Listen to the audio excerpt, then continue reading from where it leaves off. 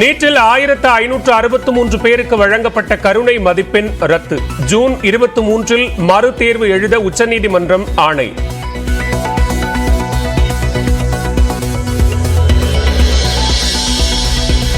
NEET அடிப்படையில் மருத்துவ கலந்தாய்வு நடத்த தடை இல்லை. உச்சநீதிமன்றம் மீண்டும் திட்டவட்டம்.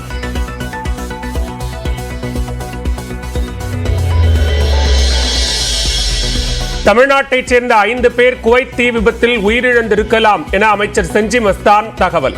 தூதரகம் இன்னும் உறுதிப்படுத்தவில்லை என்றும் அமைச்சர் விளக்கம். விபத்தில் சிக்கிய தமிழர்களுக்கு உதவி கிடைக்க அயலக தமிழர் நலத்துறைக்கு முதலமைச்சர் மு.க. ஸ்டாலின் உத்தரவு. தொடர்பு கொள்ள வேண்டிய தொலைபேசி எண்களும் அறிவிப்பு.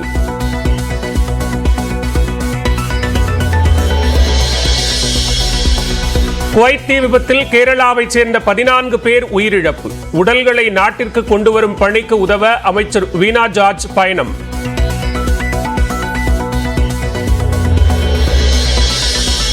வெளிமாநில பதிவெண் கொண்ட ஆம்னி பேருந்துகளுக்கு தமிழ்நாட்டில் நாளை முதல் தடை. பதிவு செய்ய மீண்டும் கால அவகாசம் கோரி போக்குவரத்து துறை ஆணையருடன் ஆம்னி பேருந்து உரிமையாளர்கள் பேச்சுவார்த்தை.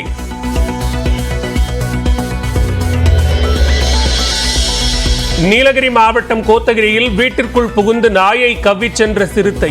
சிசிடிவியில் பதிவான காட்சியை கண்டு பொதுமக்கள் அச்சம்.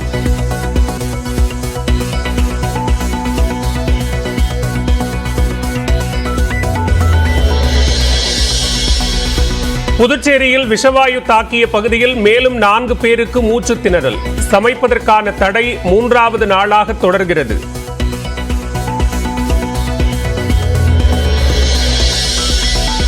விக்கிரவாண்டி இடைத்தேர்தலில் போட்டியிடுவது தொடர்பாக பாமக ஆலோசனை.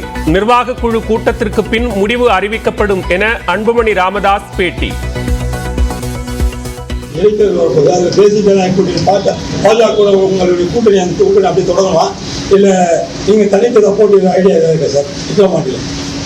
எங்களுடைய நிர்வாக குழு நாளை கூடுகிறது. கூடி நாங்கள் எங்களுடைய முடிவை அறிவிப்போம். சென்னை கோயம்பேட்டில் 1 கிலோ சின்ன வெங்காயம் 80 ரூபாய் முதல் 100 ரூபாய் வரை விற்பனை. பெரிய வெங்காயத்தின் விலையும் 70 ரூபாய் வரை உயர்ந்தது.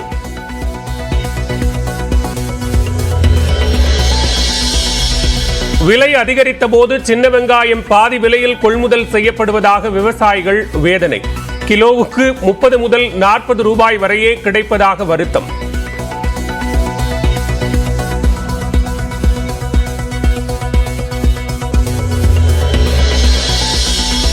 அக்னிபாத் திட்டத்தின் நடைமுறை விதிகளில் மாற்றமா? ஜூன் 17 மற்றும் 18ஆம் தேதிகளில் பிரதமர் அலுவலகம் ஆலோசனை.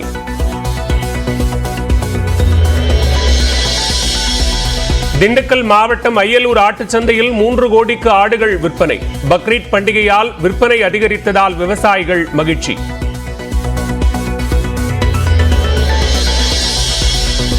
ஒடிசாவில் பாஜக அரசு பொறுப்பேற்ற நிலையில் பூரி ஜெகநாதர் ஆலயத்தின் 4 வாயில்களும் திறப்பு. கொரோனா காலத்திலிருந்து ஒரு வாயில் வழியே மட்டும் பக்தர்கள் அனுமதிக்கப்பட்டு வந்த நிலையில் நடவடிக்கை.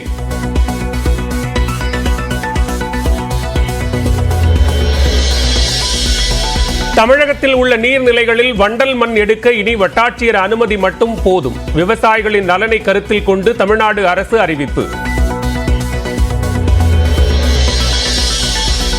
அருணாச்சல பிரதேச முதலமைச்சராக பதவியேற்றார் பாஜகவின் பெமா காண்டு. ஆளுநர் பதவி பிரமாணம் செய்து வைத்தார்.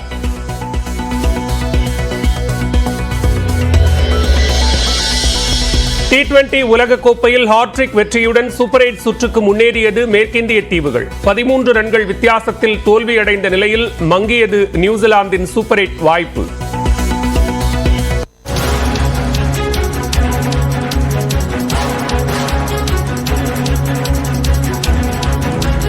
தற்போதைய அண்மை செய்தியை பார்த்துக் கொண்டிருக்கிறோம். நெல்லை காங்கிரஸ் பிரமுகர் ஜெயக்குமார் மரண வழக்கு தொடர்பாக தற்போது ஏடிஜிபி விசாரணை தொடங்கி இருக்கிறார். சிபிசிஐடியினுடைய இந்த விசாரணை தொடர்ச்சியாக நேரிலும் நடைபெறும் என்று தகவல் வெளியாகி இருக்கிறது. தொடர்பான கூடுதல் விவரங்களோடு இணைகிறார் எமது மண்டல செய்தியாளர் சிவமணி. விவரங்களை பதிவு செய்யலாம். திருநெல்வேலி மாவட்ட காங்கிரஸ் தலைவராக இருந்த ஜெயக்குமார் கடந்த மாதம் 4ஆம் தேதி மர்மமான முறையில் உயிரிழந்தார். அவர் உயிரிழந்து 40 நாட்களுக்கு மேல் ஆன நிலையில இந்த வழக்குங்கிறது தற்போது சிபிசிஐடி வசம் ஒப்படைக்கப்பட்டு சிபிசிஐடி தொடர்ந்து விசாரணை நடத்தி வருகிறார்கள்.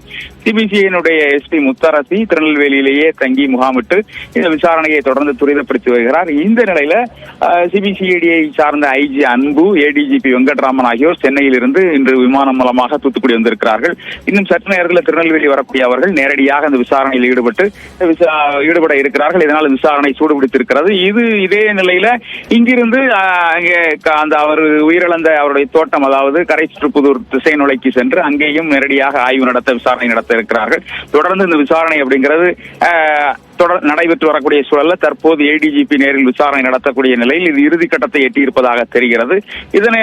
இந்த இறுதிக்கட்டத்தை எடுக்க குற்றவாளிகளை கைது செய்வதற்கான வாய்ப்புகள், அதாவது தற்கொலையா கொலையா என்பது குறித்த இறுதியான முடிவு எடுக்கப்பட்டு அதற்கான அந்த நடவடிக்கைகள் அப்படிங்கிறது தொடர்ந்து நடைபெற்று வரக்கூடிய அந்த சூழலை தான் தற்போது ஏடிஜிபி திருநெல்வேலி வர இருக்கிறார். வெங்கட்ராமன் தலைமையில் இந்த விசாரணை அப்படிங்கிறது இன்னும் சற்று நேரத்தில் துவங்க இருக்கிறது. நேரடியாக கரைச்சுற்றுப்புதூர் திசைநுழை சென்று அங்கேயும் விசாரணை நடத்த இருக்கிறார்கள். அங்கே சம்பவம் அந்த அவர் உடல் கிடந்த இடத்திலும் அவர்கள் ஆய்வு நடத்த இருக்கிறார்கள். முழுமையாக அந்த விசாரணை அப்படிங்கிறது தற்போது சூடுபிடிக்க துவங்கி இருக்கிறது.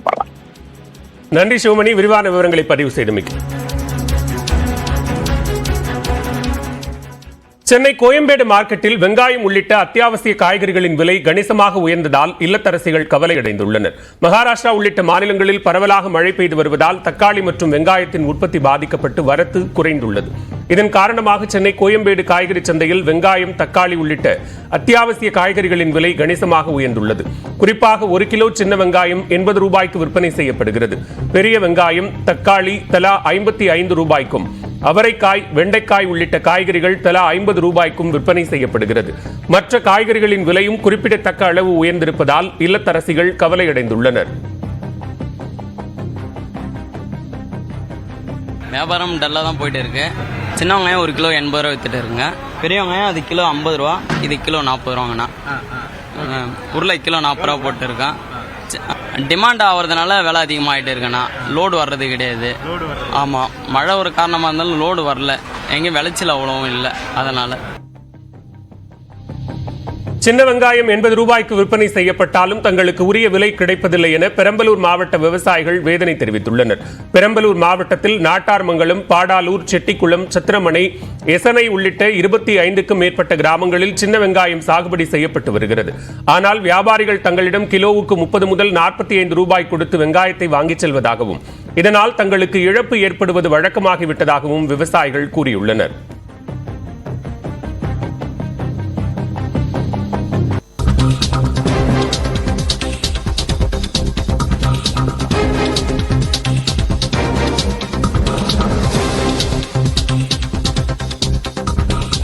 தற்போதைய அண்மை செய்தியை பார்த்துக் கொண்டிருக்கிறோம். மும்பையில் கோன் ஐஸ்கிரீமில் மனித விரல் இருந்ததால் பரபரப்பு ஏற்பட்டிருக்கிறது.